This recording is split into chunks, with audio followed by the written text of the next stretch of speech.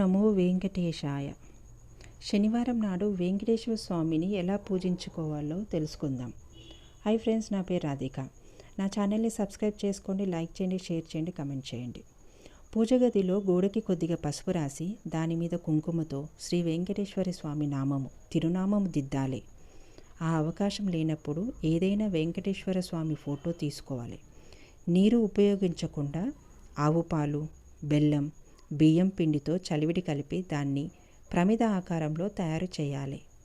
అందులో ఆవు నెయ్యి వేసి దీపం వెలిగించాలి.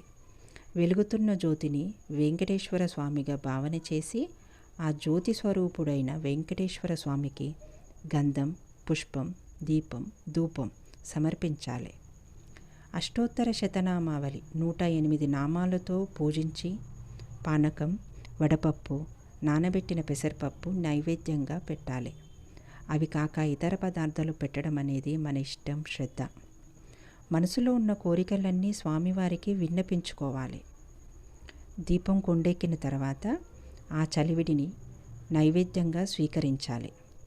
ఈ విధంగా శనివారం శ్రీ వెంకటేశ్వర స్వామి దీపారాధన పూజ చేయడం వల్ల ఎంతోమందికి కోరిన కోరికలన్నీ స్వామి అనుగ్రహంతో నెరవేరాయి.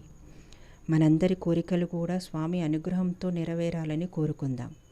ఓం నమో వెంకటేశాయ నమః. నా ఛానల్ని సబ్స్క్రైబ్ చేసుకోండి ఫ్రెండ్స్. మరెన్నో వీడియోస్ కోసం కమెంట్ చేయండి. Thank you friends.